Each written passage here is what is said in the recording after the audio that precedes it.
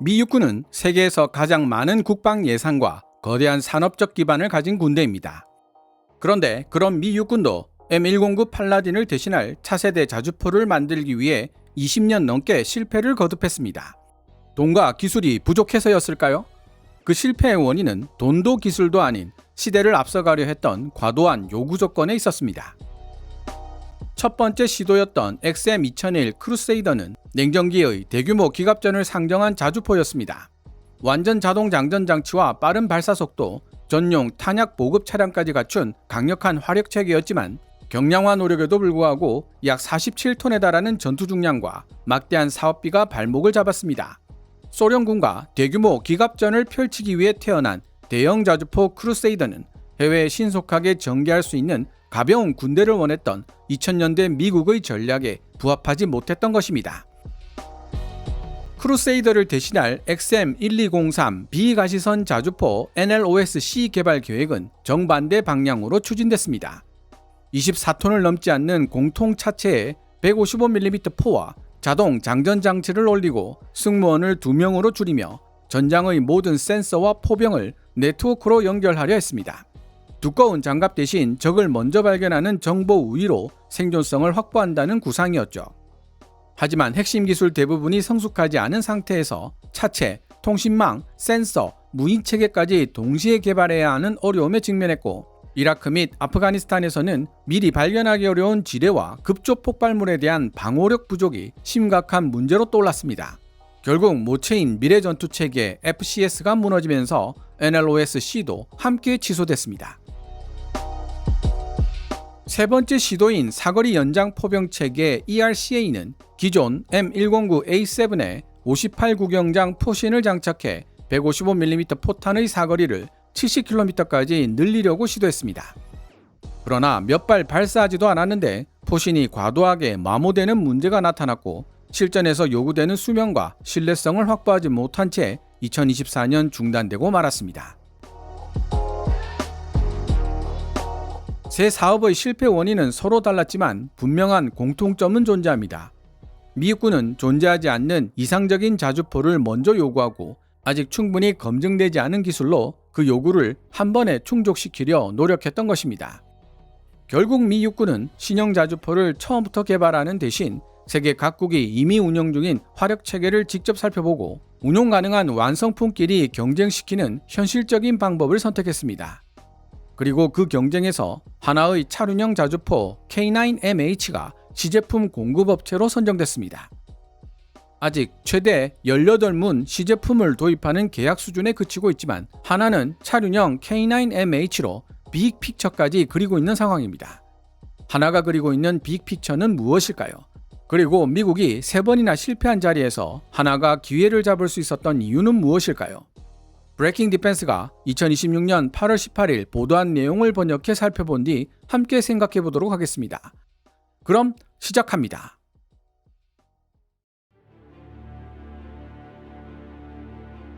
미 육군이 신형 자주포 현대화 사업을 위한 시제품으로 하나의 차륜형 자주포 K9MH를 선정했다고 발표했다. 이번 결정은 크루세이더, 비가시선 포병 시스템, 사거리 연장 자주포 등 부침을 거듭했던 수십 년간의 신형 기동 자주포 확보 시도가 실패한 끝에 이루어졌다.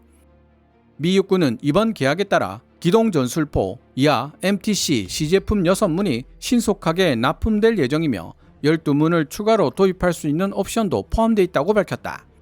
미 육군 장병들은 실제 전투와 유사한 환경에서 플랫폼의 성능과 신뢰성, 운용 유지성을 평가하게 된다. 이번 사업은 최대 2억 3,300만 달러, 한화 약 3,200억 규모에 달할 수 있으며 미 육군 지휘부는 운용 시험을 통해 얻은 데이터와 그에 대한 분석 정보는 향후 전력화 결정에 직접 활용할 계획이라고 덧붙였다. 하나 에어로스페이스의 미국 자회사인 하나 디펜스 USA는 세간의 주목을 받은 이번 사업에 차륜형 K9MH를 제안했다. 이 사업에는 여러 경쟁업체가 참여했다. 안드릴과 오시코시 디펜스가 참여한 엘빗 아메리카 컨소시엄은 시그마 자주포를, 레오나르도 DRS와 유럽 KNDS는 세자르의 파생형을, 독일 라인메탈은 155mm 원격 제어 자주포 RCH-155를 제안했다. 미국 자회사를 통해 아처를 제안한 영국 BAE 시스템즈도 있다. 하나 디펜스 USA는 엘러베마주 오펠라이카에 체계 통합과 테스트를 담당하도록 설계된 자주포 생산 시설을 구축하고 있다. 하나는 최근 몇 년 동안 세계 시장 진출을 확대해 왔으며 핀란드와 루마니아, 노르웨이, 폴란드 등 여러 국가와 K9 자주포 공급 계약을 체결했다. 하나 디펜스 USA는 이번 선정 결과를 발표하면서 현재 전 세계에 배치된 K9 자주포가 2,500문을 넘는다고 밝혔다. 하나 디펜스 USA에서 화력체계 사업 수주를 담당하는 토드 뮬러 전무는 첫 번째 시제품이 가을 초까지 인도될 예정이며 나머지 5문의 시제품도 1년 이내에 납품될 것이라고 말했다. 뮬러 전무는 사업자 선정 발표가 나온 뒤 수요일 오전 기자들과 만나 다음과 같이 말했다. 우리는 미 육군이 해결책을 찾아낼 때까지 가만히 앉아서 기다리고 있지만은 않을 것입니다. 우리는 미 육군의 요구를 미리 예측하고 그러한 요구를 반영하여 투자할 것이며 미 육군이 원하는 일정에 맞추거나 그보다 앞서 현지화와 미국 내 생산 체계 구축을 실행할 수 있도록 충분히 준비할 계획입니다. 미 육군의 새로운 자주포 사업은 견인식 M777 곡사포와 1960년대 처음 전력화된 궤도형 M109A7 자주포를 대체하기 위한 것이다. 이 부분에 대한 브레이킹 디펜스의 설명은 미 육군의 공식 발표와 일치하지 않기 때문에 짚고 넘어갈 필요가 있습니다. 1960년대 처음 전력화된 것은 M109 계열의 초기형이지 M109A7이 아닙니다. M109A7은 기존 M109A6의 포와 포탑 계보를 이어받았지만 브래들리 계열과 공통화된 엔진, 변속기, 현가장치 등 신형 차체 구성품과 600V 전기체계를 적용한 대폭적인 현대화 모델입니다. 2013년 생산이 승인됐고 2017년부터 일선 부대에 전력화되기 시작했습니다. 따라서 M109A7을 1960년대에 배치된 자주포라고 표현하는 것은 M109 계열의 역사와 A7형의 전력화 시점을 혼동한 것입니다. 또한 미 육군의 공식 발표에 따르면 이번 이동식 전술포 MTC 사업은 스트라이커 여단을 비롯한 일부 부대의 M777 견인 곡사포를 차륜형 자주포로 대체하는 데 목적이 있습니다. 기갑 여단이 운용하는 궤도형 M109A7은 현재 MTC 사업의 공식적인 대체 대상에 포함되지 않습니다. 하나가 K9MH를 공개하면서 향후 궤도형 자주포로 사업을 확장할 수 있는 경로를 강조한 것은 사실입니다. 이는 하나가 장차 궤도형 자주포 M109A7 후속 시장까지 염두에 두고 있다는 의미로 해석할 수 있습니다. 결국 브레이킹 디펜스는 장기적인 미 육군 궤도형 자주포 현대화 구상과 현재 추진 중인 M777을 차륜형 자주포로 대체하는 사업을 하나로 묶어버리는 실수를 범한 것으로 보입니다. 그동안 미 육군 지휘부는 기존 자주포를 대체할 새로운 자주포를 확보하기 위해 여러 차례 사업을 추진했지만 번번이 실패했다. 대표적으로 XM-2001 크루세이더 자주포 사업은 2002년 취소됐으며 비가시선 자주포는 2000년대 후반 미래 전투체계 FCS 사업이 폐기되는 과정에서 함께 사라졌다. 최근에는 미 육군이 장사정포 체계 ERCA를 자체적으로 개발했다. ERCA는 M109A7 팔라딘 자주포에 길이 약 9.1m의 58구경장 포신을 장착해 155mm 포탄을 최대 70km까지 발사하는 체계였다. 그러나 미 육군은 2024년 ERCA 체계 개발을 중단했다고 발표했는데 실사격 테스트 과정에서 포신이 지나치게 빠르게 마모되는 등 기술적 문제가 발생했기 때문이다. 이에 따라 미 육군은 새로운 자주포를 직접 설계하거나 기존 자주포를 개조하는 대신 이미 개발되어 있는 체계들을 평가하는 방향으로 전략을 전환했다. 세계 각국의 자주포를 직접 살펴보는 글로벌 로드쇼를 진행한 뒤 최종적으로 기존 플랫폼들을 대상으로 경쟁 사업을 실시하기로 결정했던 것이다. 미 육군의 육군 혁신 이니셔티브와 더 잘 부합할 수 있도록 해당 계획의 실행이 수개월 지연되었음에도 불구하고 오늘 결정은 미 육군이 지난해 9월 어깨에 정보요청서 RFI를 발행한 지 불과 11개월 만에 전격적으로 이루어진 것이다.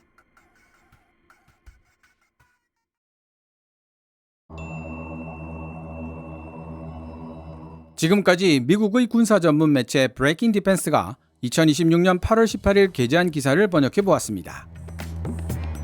이 기사를 번역한 뒤 개인적으로 가장 궁금했던 부분은 하나 K9MH가 어떻게 시그마, RCH-155, 아처, 세자르처럼 쟁쟁한 경쟁 기종을 제치고 선택될 수 있었을까라는 의문이었습니다.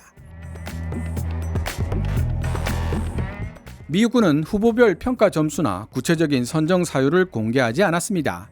따라서 어떤 이유로 K9MH가 승리했는지 단정할 수는 없지만 공개된 재원을 비교해보면 미 육군이 K9MH에서 무엇을 높게 평가했는지 정도는 일정 부분 짐작할 수 있습니다.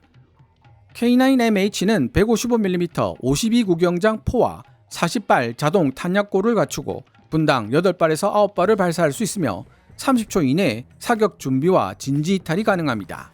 경쟁 기종들의 포탄 탑재량을 살펴보면 LB 시스템즈의 시그마도 40발을 탑재할 수 있지만 라인메탈의 RCH-155는 30발, BAE 시스템즈의 아처는 21발, 세자르 6x6는 겨우 18발 수준입니다. K9MH의 탑재량 40발은 경쟁 기종들 가운데 공동 최고 수준인 것입니다. 그러나 더 중요한 것은 재원표 밖에 있습니다. K9MH에는 전 세계에 2,500문 이상 배치된 K9 계열의 포, 자동화 기술과 공급망이 배경으로 존재합니다. 하나는 이미 여러 나라에서 현지 생산과 군수 지원망을 구축한 경험이 있고 미국 엘러베마주 오펠라이카의 통합 테스트 시설까지 준비하고 있습니다.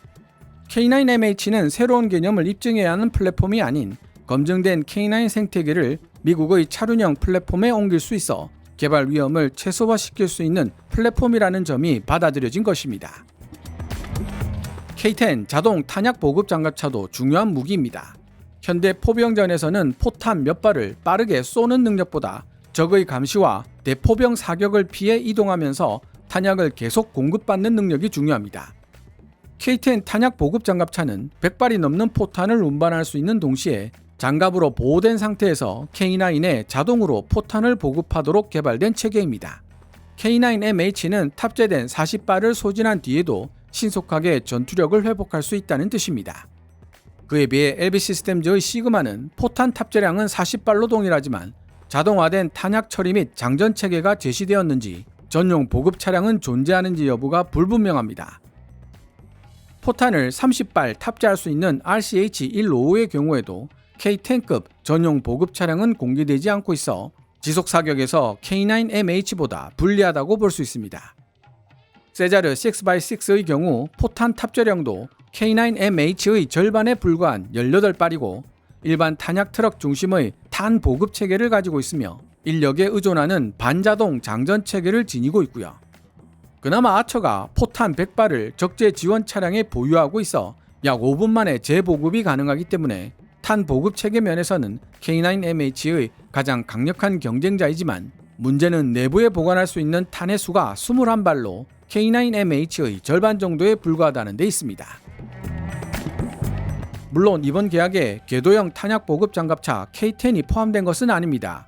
이미 언급한 바와 같이 아처 역시 100발을 운반하는 전용 보급 체계를 갖추고 있고 미 육군도 탄약 보급 차량을 별도로 검토하고 있습니다. 그러나 하나가 K10 탄약 보급 장갑차에서 축적한 자동 이송 기술을 미국제 차륜형 트럭과 결합한다면 K9MH와 차륜형 탄약 보급 차량을 하나의 포병 체계로 제시할 수 있게 되고 이것이 경쟁 업체들이 단기간에 따라오기 어려운 하나의 강점 중 하나가 될 수 있습니다.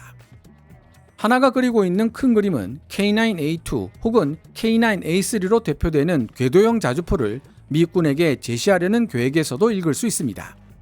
현재 기동전술포 MTC 사업의 직접적인 목표는 스트라이커 여단 등이 운용하는 M777 견인 곡사포를 차륜형 자주포로 대체하는 것입니다.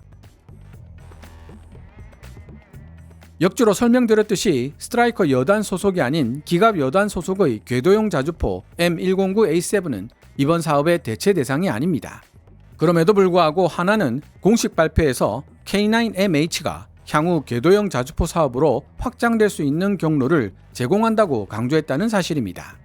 물론 이는 어디까지나 하나의 큰 그림일 뿐 아직까지 미 육군은 궤도형 자주포 사업에 대해 아무런 언급을 한 적이 없으며 당연히 M109A7 후속 사업의 일정과 요구 조건에 대해서도 이런 방구 말을 꺼낸 적이 없습니다. 다만 차륜형 자주포 K9MH가 미 육군에게 성능과 신뢰성을 입증하고 미국 내 생산망과 정비망까지 구축한다면 하나는 향후 궤도형 자주포 경쟁에서 처음부터 다시 시작하는 것이 아닌 기존 기반들을 그대로 활용할 수 있다는 점에서 다른 경쟁 업체들보다 훨씬 더 유리한 고지에 올라서게 될 것은 분명합니다. 궤도형 자주포 K9A2는 자동화 기술을 큰 장점으로 내세우고 있습니다.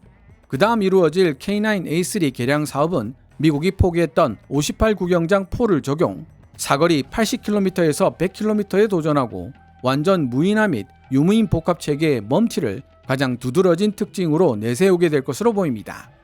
차륜형 자주포 K9MH를 미국 시장에 입성시킴으로써 하나는 K9A2 혹은 K9A3를 미국 요구에 맞춰 제한할 수 있는 발판을 확보하게 됩니다.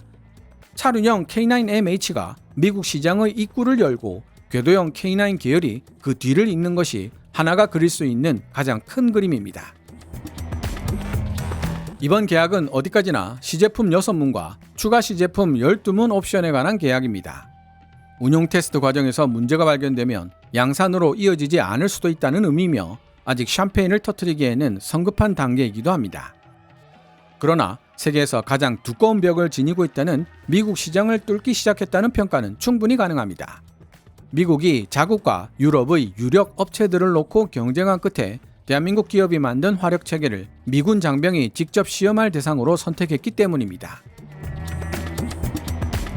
K9MH의 미 육군 기동 전술포 시제품 선정은 종착점이 아니라 미국 시장 개척의 출발점입니다.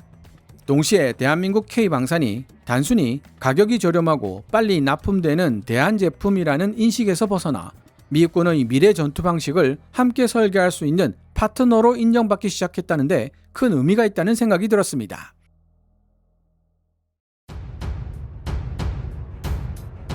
이에 대한 시청자 여러분들의 생각은 어떻습니까?